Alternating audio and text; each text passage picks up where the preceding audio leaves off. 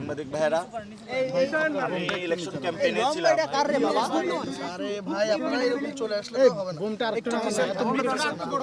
আসসালামু আলাইকুম প্রিয় সাংবাদিক ভাইরা, এইভাবে রাখেন, এত সামনে রাখেন। আমি ইলেকশন ক্যাম্পেইনে ছিলাম।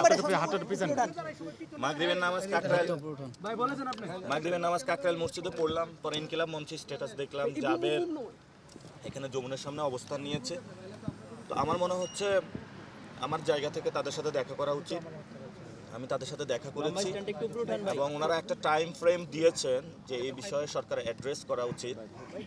তবে যে কস্টটা এটা যাতে না হারায়, শহীদ ওসমান হাদী ভাইয়ের হত্যার বিচার এই পর্যন্ত বিচার নিয়ে স্পষ্ট কোনো বার্তা সরকার থেকে আসে নাই। আমরা মনে করি যে সরকার থেকে স্পষ্ট বার্তা আসবে এবং যেহেতু আমার এখানে আমি ইলেকশন করতেছি কনস্টিটিউয়েন্সিতে, সেখানে যে কোনো ন্যায্য দাবির এবং যারা করে তাদের কাছে আবার যাওয়া উচিত। সেই জায়গা থেকে আমার দায়িত্ববোধ থেকে এখানে আমি এসেছি। আরএফএল চেয়ার বলে চেয়ার মানে আরএফএল চেয়ার, ক্ষমতার নয় সমতার চেয়ার। আমরা আশা করব দ্রুত সরকার এই বিষয়ে যে শহীদ ওসমান হাদী ভাইয়ের যে বিচার সেই প্রক্রিয়া নিয়ে স্পষ্ট বক্তব্য দিবে জাতির সামনে এবং এই বিষয় নিয়ে আমরা ওসমান হাদী ভাইয়ের পুরো বাংলাদেশের মানুষ ওসমান হাদী ভাইয়ের বিচারটা বুঝে পাবো এবং খুনিদের দৃষ্টান্তমূলক শাস্তি হবে, যাতে ঢাকা আটে কোনো সন্ত্রাসী এই ধরনের আর ঘৃণ্যমূলক কোনো কর্মকাণ্ড জীবনও করার সাহস না পায়।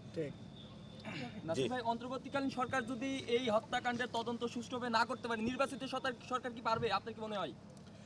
এটা কোনো সরকার না, এটা হলো বিচার ব্যবস্থার উপরে। আমাদের বিচার ব্যবস্থা খুবই ভঙ্গুর পর্যায়ে, বিচার ব্যবস্থা সুসংহত করা হয় নাই বলে কিন্তু আজকে এই অবস্থা।